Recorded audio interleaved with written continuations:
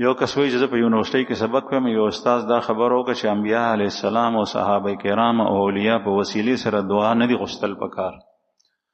نو وسیله د رسول الله صلی الله علیه وسلم احادیثو کې شته، توسل بالاعمال شته، توسل بالذوات شته، توسل بالموتى باره کې اختلاف دی.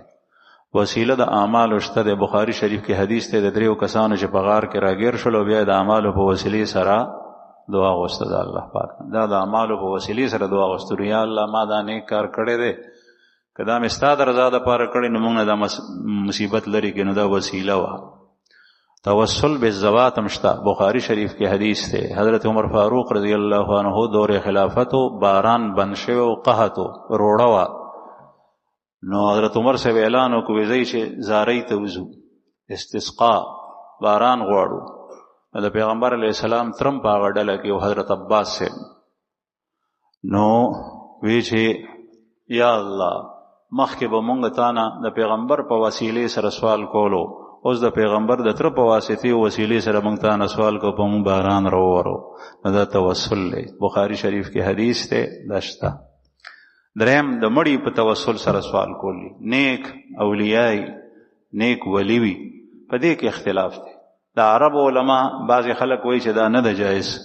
او زمونږ علما وایي چې دا جایز ده، او حقیقت کې دا د الله جل جلاله د هغې نیکانو بندګانو سره د محبت په واسطې سره سوال کولی، د محبت په واسطې سره، او محبت د سړي خپل عمل دی. نو توسل بالاعمال خو قرآن پاک هم ثابت دی او حدیثونه هم ثابت دی، نو دا محبت د اولیاء سره دا د انسان خپل عمل شو، دا ثابت شو. لیکن دا کول چې د صاحب قبر نه